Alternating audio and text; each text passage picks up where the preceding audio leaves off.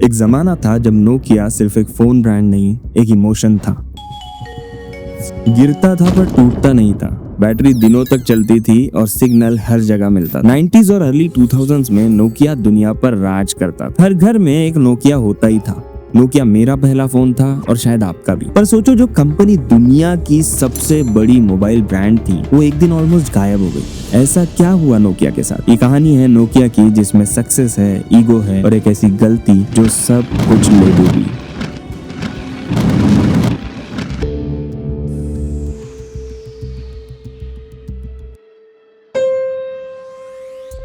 Nokia की शुरुआत एक बेसिक फोन मैन्युफैक्चरर के रूप में हुई थी।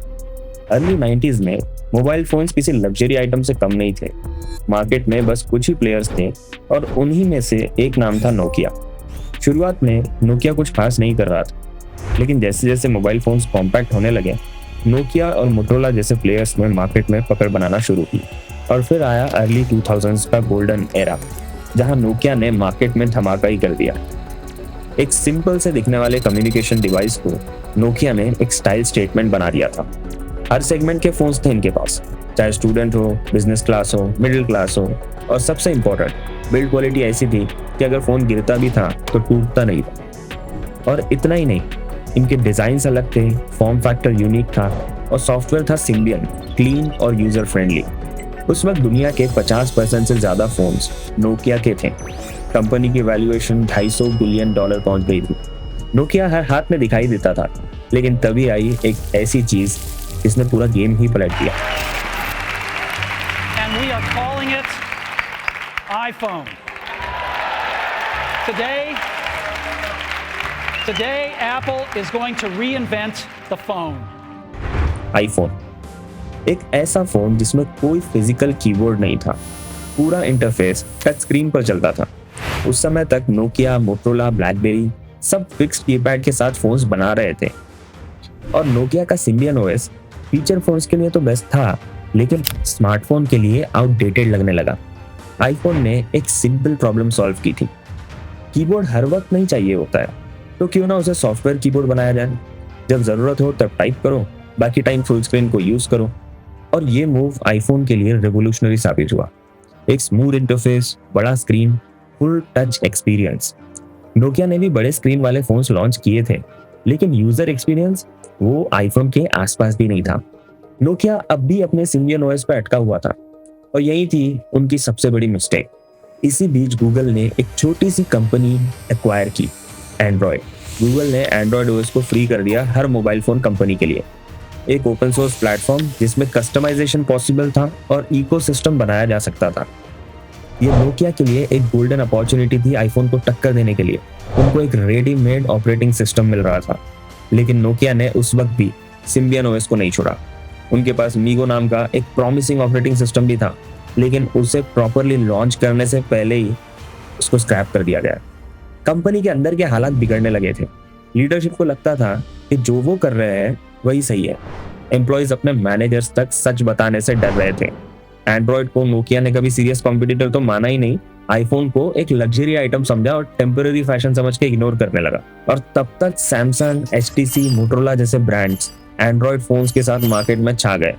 नोकिया ने जब तक ये रियलाइज किया कि उनका 50% मार्केट शेयर गिर के 10% पे आ गया है, तब तक आईफोन और एंड्रॉयड दोनों मार्केट डोमिनेट कर रहे थे। और नोकिया यहाँ रुकता नहीं है। इसके बाद नोकिया ने एक और बड़ी गलती की। 2010 में नोकिया ने एक बोल्ड स्टेप लिया। उन्होंने अपॉइंट किया एक आउटसाइडर सीईओ स्टीफन इलॉक को। ये बंदा माइक्रोसॉफ्ट से आया था। ज्वाइन करते ही इलॉक ने एक लाइन बोली, we are standing on a burning platform. मतलब अगर तुरंत कुछ नहीं किया तो नोकिया डूब जाएगा। स्टीफन इलॉक ने सिम्बियन और मीगो दोनों ओएस को ऑफिशियली बंद कर दिया और माइक्रोसॉफ्ट के साथ पार्टनरशिप करके विंडोज फोन लॉन्च करने का डिसीजन लिया। फैंस एक्साइटेड थे।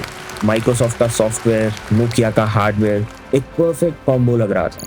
नोकिया हर क्वार्टर लॉस कर रहा था और अपनी कंपनी को बचाने के लिए उनके पास सिर्फ एक ऑप्शन था कि वो जल्द से जल्द अपना लेटेस्ट मोबाइल डिवाइस लॉन्च करे। और उसके बाद लॉन्च हुआ लूमिया सीरीज।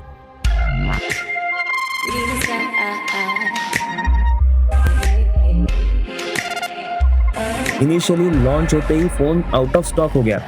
सबको लगा कि अब नोकिया का कमबैक हो गया है, लेकिन रियल प्रॉब्लम्स तभी शुरू हुई।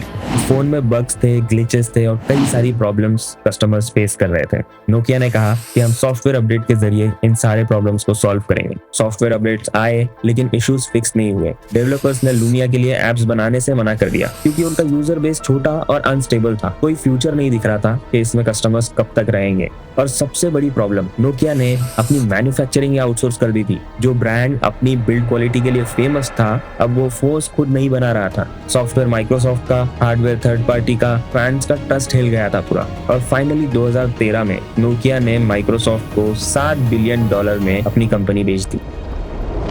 $250 बिलियन का एम्पायर सिर्फ $7 बिलियन में बेच दिया गया। माइक्रोसॉफ्ट ने भी उसके बाद कोशिश की लूमिया को आगे बढ़ाने की, लेकिन तब तक कस्टमर्स का भरोसा टूट चुका था और कुछ टाइम बाद माइक्रोसॉफ्ट ने भी नोकिया को बेच दिया।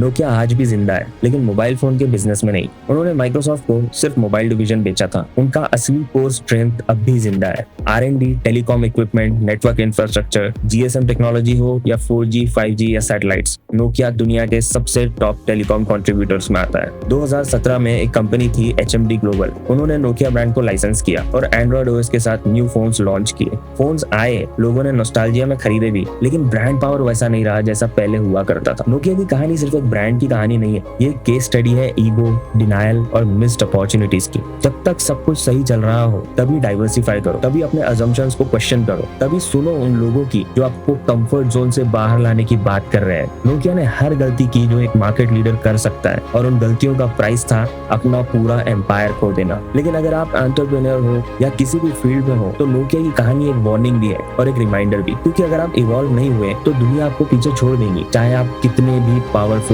क्यों ना हो।